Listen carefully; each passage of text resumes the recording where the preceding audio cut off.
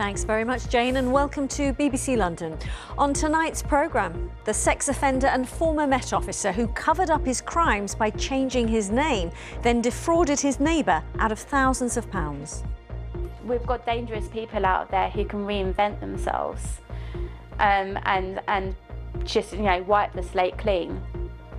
And that's exactly what he did. Also coming up, could plans to expand the capital's airports be taking flight ahead of the Chancellor's speech next week? Plus, This is where I belong, with my sister, sticking together through thick and thin.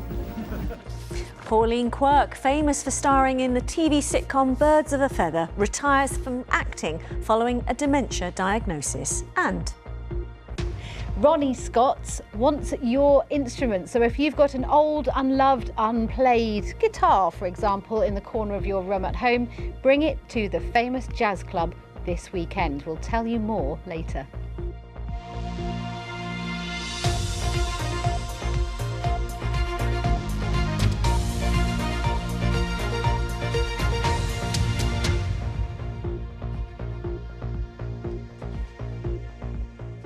good evening to you. Great to have you with us.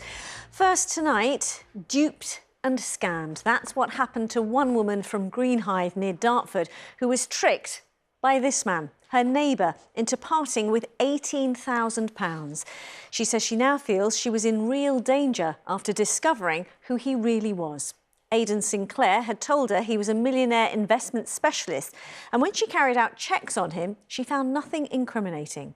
Turns out he was a former Met police officer who changed his name by deed poll, covering up not just a history of fraud, but a series of even darker offences, as Sarah Smith reports.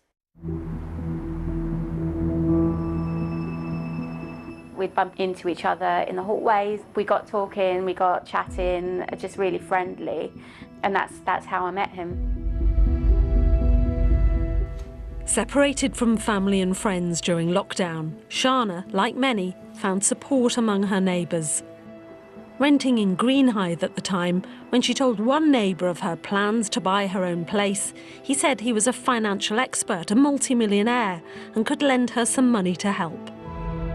I insisted on seeing his ID. He brought his bills with him, like Thames Water and his passport, his driving licence. And I do ID checks as part of my job. I do DBS checks for my job, and I check ID all the time. I know what I'm looking out for. And it all looked legit. I Googled him, nothing came up under his name. So I thought, okay, that all checks out. But a few months later, police would arrest Aidan Sinclair and charge him with fraud. Is it Aidan? It is. We've got a warrant to search his address. He drained more than £18,000 from Shana's credit cards after saying he needed them to release the cash he was lending her. The man who'd produced this apparently healthy bank statement produced a driving licence and passport in the name of Dr. Aidan Sinclair, was better known to the criminal justice system as Gary Cawthorne. Had Shana Googled that name, she'd have stayed well away. In 2013, Gary Cawthorne was convicted of sexual assault on a teenage girl. 3 years on, he was sent to prison for grooming, then sexually assaulting another teenage girl. He was jailed again for repeatedly failing to comply with the sex offenders register over a number of years. Earlier in his life, he'd been a police officer with the Met. He'd also used yet another name in some of his offending.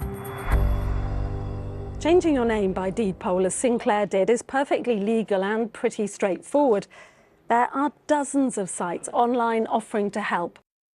Aidan Sinclair was very convincing in the way he committed this crime. When the victims looked up Aidan Sinclair online, they didn't find any history of his offending in any sort of form. And unfortunately, those victims therefore fell to his scam. Come on in. Is it Aidan? Following his latest arrest and conviction, Sinclair, or Cawthorne, is serving a 3-year jail sentence. But at the moment, there's little to stop any criminal from changing their names and finding new victims in the future. Sarah Smith, BBC London News. Well, our reporter Frankie McCamley joins me because, Frankie, this clearly raises questions around offenders able to change their name in this way. Yes, absolutely. Now, there are rules for people with convictions who want to change their name. So, for example, a sex offender, they are required by law to tell the police within 3 days of changing their name. Other offenders, so those, example, who are serving licence, part of their sentence on licence, so they're outside of prison, they are required to tell their probation officer. But the issue is the onus is on them to come forward and tell the services.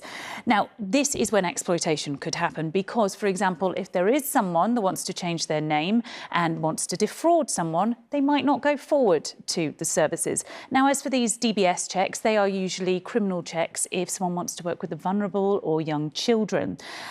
They are required, when they go through these checks on the forms, to fill out all of the previous names they've been under. But again, the onus is on them to do that. Now, there are those campaigning to close the law, close these loopholes. The government said, yes, we will do that. However, they haven't said when they're going to do this. And we are, of course, going to be following this story. And if there's a story that you would like to get in touch with us on and investigate, do contact us. It's hello@bbclondon@bbc.co.uk, Riz. OK, Frankie, thanks very much for that. Frankie McCamley. You're watching BBC London. Lots more to come before 7 for you, including we take to the pitch as one London football club encourages more girls to take up the sport.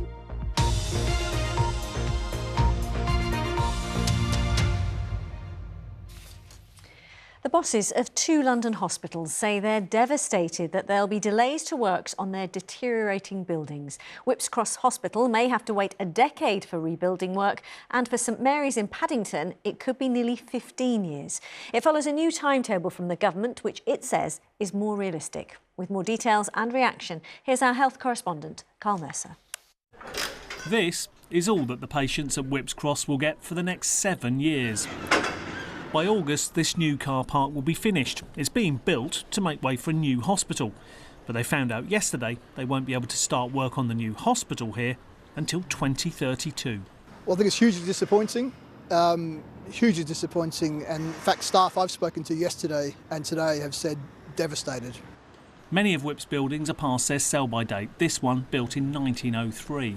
We're constantly worried about risks to the public and patients and staff. Infrastructure, as you can imagine, is very dated, going back to those times. So what this means is we'll have to spend a lot more of taxpayers' money now to keep the hospital going until the new hospital can be constructed. So it's in some ways throwing, good money after bad would not be unreasonable in this circumstance to say that. Across town in Paddington, we find another exasperated chief executive. The news we got yesterday is pretty devastating for the patients of North West London, for the population of North West London, and indeed for our staff. Professor Tim Orchard is in charge at St Mary's, but also Charing Cross and Hammersmith hospitals. Despite the crumbling surroundings, he was told yesterday there would be no rebuild here until 2037 at the earliest. We're talking about potentially the inability to use our buildings to provide care because we can't guarantee the safety of the buildings, or we can't provide the electricity, the heating, the water to provide 21st century healthcare. It was going to be £1 billion super hospital. It's just become a rather expensive embarrassment. This was us reporting a previous delay to the St Mary's rebuild 20 years ago. That plan didn't work. And this was me reporting the story then. Like the hospitals, I've aged and crumbled a bit since. The government says the promises made by the Conservatives when they were in power were uncosted and unaffordable, that its new timetable and funding are more honest, but health watchers say it leaves huge challenges ahead. We can go to different parts of London where there are roofs and hospitals being held up by steel props, where there are already catastrophic cases of flooding, where there are already catastrophic cases where there's rain damage and patient care is being affected. Waiting lists are already incredibly high. When I look at the state of buildings, I can only think that those waiting lists are going to stay high unless some of these facilities are rebuilt. It is absolutely already having a catastrophic effect on patient care. Hillingdon Hospital will be rebuilt between now and 2030, one of the first to benefit under the new timetable for the scheme. Carl Mercer, BBC London. There's speculation that the government is set to revive plans for a third runway at Heathrow. The idea was put on hold by the Tories, but it's suggested the Labour Chancellor sees expansion as part of her efforts to grow the economy. Well, let's find out more from our political editor, Tim Donovan at Westminster. Hi, Tim. Fair to say this has always been controversial in London. Yeah, and the idea stalled first after legal challenges and then with COVID, which affected passenger numbers. But the chief executive of Heathrow Airport told us just before Christmas that he is very much up for the idea still and is looking for a clear steer from government. Well, it seems as if, according to a report originally on the Bloomberg news site, that a clear steer could be about to come from government, and it is to revive that third runway idea.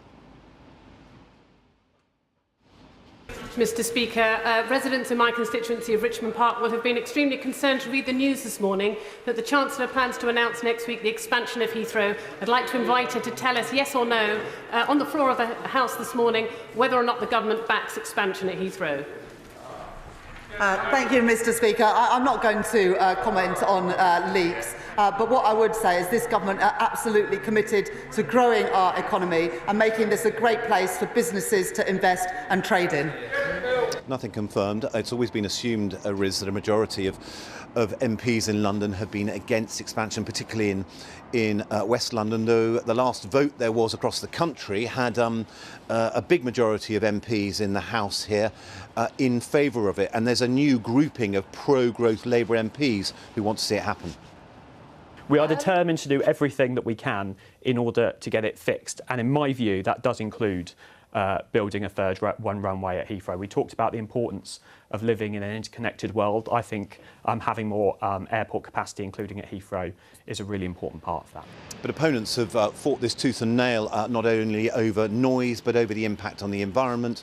How can you fulfil your obligations on climate change and carbon emissions by expanding? Sadiq Khan, as mayor, has always opposed it. And last week, when asked about whether Gatwick should get a second runway, this is what he had to say. If Gatwick was to, in the hypothetical case, be given permission for a second runway, that makes it a slam dunk against any possibility of a third runway at Heathrow, even if there was a theoretical possibility of a third runway at Heathrow. So he says he'll fight these plans if they are revived. There was due to be a decision on a second runway at Gatwick by the end of next month, then a decision on expanding Luton by the end of April. It's possible we'll now hear about those and Heathrow sooner, and it's possible then, Riz, that we're going to see this debate, this division over airport expansion in the South East revived. OK, Tim, for now, many thanks. Thousands of homes in North London are facing another difficult and cold week as they remain without gas for a second week after a burst water main caused disruption to the network in the Muswell Hill, Hornsey and Colney Hatch areas. Cadent Gas says it's working hard to restore supplies. While many have been reconnected, around 2,000 people are still waiting, as Jim Weeble explains. Everyone coming to me going, oh, what's going on? So I thought I'd just sort of... This is not the first time Aaron has been to this support centre in Muswell Hill for an update on the gas outage that hit 3,000 households at the start of last week. Acting as a spokesperson for his block looking for answers, he's still without gas, this being the 10th day with no hot water and heating. It's a lot more difficult. Obviously, we have been told that we can use the local Lido as a shower facility. But again, it's not convenient for as many homes as are affected to be using one Lido system to shower every single day. You know, they're going to be put on the strain. So a lot of us are having to sort of, you know, fill the kettles up, fill the sinks up, and just trying to sort of manage as best as we can. The cause of the problem was a water leak which penetrated a major gas pipe, spreading water throughout the gas network around Muswell Hill, Hornsey and Colney Hatch. The initial leak was fixed days ago, but it's meant thousands of blankets have been given out for people to keep warm at near freezing temperatures overnight, while engineers visit each house individually to make them safe. At the minute we are, as I said, segregating each zone. We've got repair teams that are digging excavations so we can dig down onto the main, segregate it. We're also taking water out. We're up to just over 33,000 litres of water so far, so they're extracting the water from the main. And then we've got a plan to reintroduce the network. We have to purge each section, and then once that's happened, we can then go into each individual home and reinstate their supply. Up to 2,000 properties still remain unconnected. Tina was without gas for over a week, also taking showers at the local Lido. Her patience wore thin, but there has been one silver lining. I have a feeling of community now. We have really good street WhatsApp group, and there has been jokes and lots of information, so we know, we get to know from each other. And so it's been, in a way, quite nice as well. The water company Affinity said their teams acted quickly to repair the water main and are investigating exactly how the leak got into the gas supply. Tina, though, is one of the lucky ones whose gas was reinstated this morning. But for others, it might be another week before the hot water is back on. Jim Weeble, BBC London. A brief look at some of the day's other stories. A murder investigation's begun after the death of a woman in Croydon. Police were called last night to an address in Bensham Lane where they found a 30-year-old woman. 2 men have been arrested on suspicion of murder and remain in police custody. 5 design teams have been shortlisted to create a memorial for the victims of the Grenfell fire. More than 25 applications have been received, and the Grenfell Tower Memorial Commission says it hopes the community will participate in the selection of the team and contribute ideas for the design. And more railway stations are set to allow passengers to pay contactless for tickets at barriers. A further 8 stations in Surrey and 6 in Kent will be introducing the tap-in, tap-out card payment system from the beginning of February. Now, as you may have heard, Pauline Quirke, best known for her role in the long-running TV sitcom Birds of a Feather and for founding a successful drama academy, has retired from acting as she is living with dementia. Her husband Steve, who announced her decision to step back from public life, said she was diagnosed in 2021 and praised her talent, dedication and vision. Jessica Lane has more. Put the magic back in your marriage. Paul Daniels could put the magic back into my marriage. Known to many as one of the stars of long-running comedy Birds of a Feather. No, this is where I belong, with my sister, sticking together through thick and thin. And what's the real reason? I've been here so long I forgot to pay my gas bill. Pauline Quirke also starred in many dramas, including Emmerdale and Broadchurch. You people destroyed my family. Her 50-year career saw her nominated for many acting awards, and she was given an MBE in the late Queen's final birthday honours in 2022. Today, her husband announced she's been living with dementia for the past 4 years and said, "We kindly request privacy and understanding for Pauline and our family during this difficult period. Pauline just wants to spend time with her family, children and grandchildren." Charity Alzheimer's Research UK has thanked them for speaking out. We've seen with other people in the media eye, like Dame Barbara Windsor, who was very public about her diagnosis of Alzheimer's disease, which is maybe one of the most common diseases that causes dementia, that actually it helped so many other people, whether that's talk about it in their own families, come forward and get a diagnosis, but it starts to break down the stigma that still exists around dementia. Although Pauline Quirke will now step back from acting, hundreds of drama schools in her name have been launched around the country over the years, allowing children to follow in her footsteps. I started acting when I was 9 and I came from, at the time, quite deprived part of London, and my mum didn't have much money, and the drama lessons that I went to were 10p a lesson. You know, so it was a long time ago. But because of those lessons and getting involved, my life's been completely different.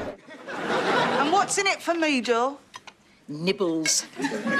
Alzheimer's Research UK says that by speaking out, Pauline and Steve will raise awareness of dementia as well as funds to help research the condition to support others in the future. Jessica Lane, BBC News. OK, can I take you back to the summer of 2022 and the Lionesses' glorious Euros victory? It was a key moment in women's football and part of the rise in the popularity of the sport. Across the capital, there are more girls taking up footy, and one such group is a free weekly session run by Arsenal. The club are now celebrating 40 years of its community work, as Nisha Patel has been finding out. For these girls in North London, football is more than just a game. It's an opportunity to build confidence and make friends. This free weekly training is put on by Arsenal Football Club, which is celebrating the 40th year of its Arsenal in the Community programme. And today, a surprise chance for the teens to train with some of the senior ladies' team. We didn't know they were coming. It's quite scary, but yeah, it's really nice as well. It's a bit like kind of nerve-wracking because you don't want to like get embarrassed in front of them, but it's also like you can learn stuff from them as well, which is really good. Arsenal were the first club in the country to establish a community programme, and they now run around 40 different weekly initiatives. A report commissioned for the anniversary to show the community impact the club has on the local area revealed that in the 2022 to 2023 season, more than 1,600 people were employed locally by the club, and that a massive 14,000 people took part in different community projects. In total, the club also brought in more than £432 million into the borough of Islington. These programmes are so important. I think it's just important to emphasise that you can play, no matter how old you are, and don't be ashamed of the fact that you enjoy football. Like, I think when you're younger, it's easy to fall into the shadows of the game, I guess, because you feel like you're a girl and you can't do that. So I think these programmes are so important. Arsenal ladies are the most successful English team, holding the record for the most titles won in each domestic competition they have played. I wouldn't change it for the world, being part of this generation. I've seen what it was before. I've seen the change that's happening, and hopefully I'll see a bright future. But the fact that there's this many girls at this age, there's no way, I think, at my age, that I would have seen that amount of girls turning up. The Lionesses set the bar high after winning the 2022 Euros in front of a home crowd at Wembley Stadium. With the Women's Euro in Switzerland this summer, how are the squad feeling? We're reigning champions, it's a first for everything, so we keep our head down and keep working hard, and hopefully by the summer we'll be ready. Whatever happens, it's another chance to showcase women's football at the highest level and inspire the next generation. Arsenal! Nisha Patel, BBC London. Good stuff. Well, from footy to the home of the capital's jazz musicians and singers, Ronnie Scott's is famed for its musical history, but it's hoping it can help a new generation of young performers take their first musical steps for free with your help. It might involve something you already have at home in the back of a cupboard. I'll let Wendy explain. One of the world's famous jazz clubs. Behind the scenes at Ronnie Scott's, a lot of work goes on supporting young people in music. Their aim? To continue a cultural legacy into the next generation, when music education is increasingly scarce in schools. We decided a long time ago that we were in a great position as an established jazz club, as a charity, to put some really amazing events and initiatives in place for the young people that we support. So the charity supports music education for all, and especially those from low-income families. And this weekend, once again, we're invited to donate any instruments once loved, now gathering dust, so others can play them. You have had some famous people support this initiative, haven't you? Sam Smith donated his violin, Christian Scott's Atunde Ajuahi donated a trumpet, we've had Katie Tunstall, Jules Holland, the restaurant critic Jay Rayner, but you don't have to be famous to donate, obviously. We want you to come in and see the newly refurbed Ronnie Scott's. It looks great in here. Come and have a cup of tea with us. We want to hear your stories.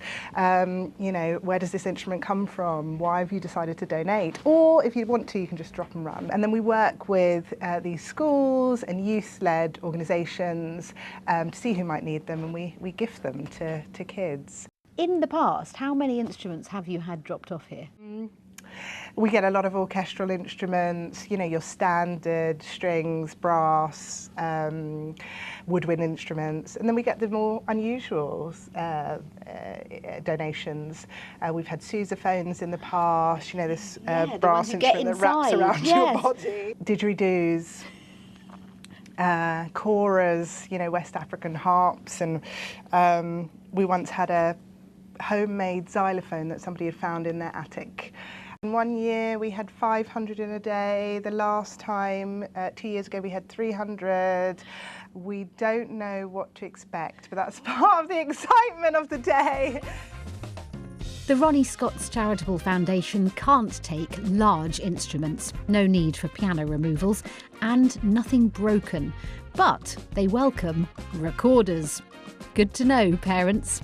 Wendy Hurrell, BBC London. It is good to know. Right, let's get a check on the weather with Alex Dolan. Hello. It was a foggy start for many of us this morning, and for some of us the fog lingered through the day.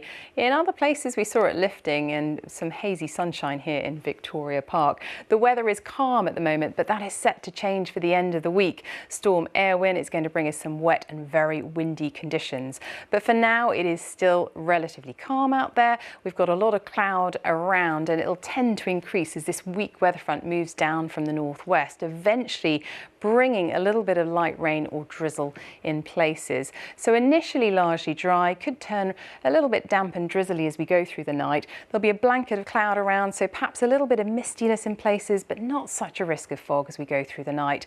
And you'll notice a little bit of rain pushing up from the southwest, so it could be a little bit wet to start the day tomorrow. It's also going to be a chilly night, certainly cold enough for a frost, with many places down to freezing.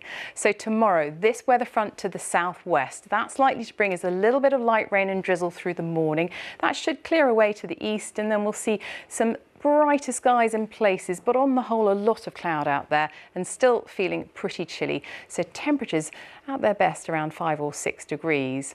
So into the afternoon it'll stay largely dry, still a lot of cloud out there, perhaps 1 or 2 gaps in the cloud, and the risk once more with light winds of some fog developing in places that just might linger into Thursday morning. Now for Thursday into Thursday morning, temperatures again we could start at freezing on Thursday morning with some very chilly temperatures for Wednesday night.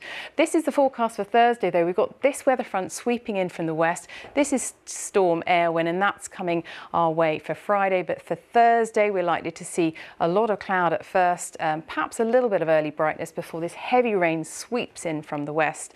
And in terms of temperatures, well, they're going to gradually lift, but with all that rain around it won't be particularly noticeable. And then as we get to Friday, some wet and very windy conditions spreading in. It's worth staying tuned to the forecast. There could be some wind gusts of around 50 to 55 miles an hour, and it is looking unsettled into the weekend and beyond. That is where we leave you. More on our website, including the colourful mural in East London designed to wash away the January blues. Talking of which, why not join Aaron Paul on BBC Radio London's breakfast show at 6 a.m. That's Monday to Thursdays. And I'm there on a Friday morning helping you usher in the weekend. So why not come and say hi? From me and everyone on the team here, thanks very much for watching. And whatever you're doing, enjoy your evening. Bye-bye.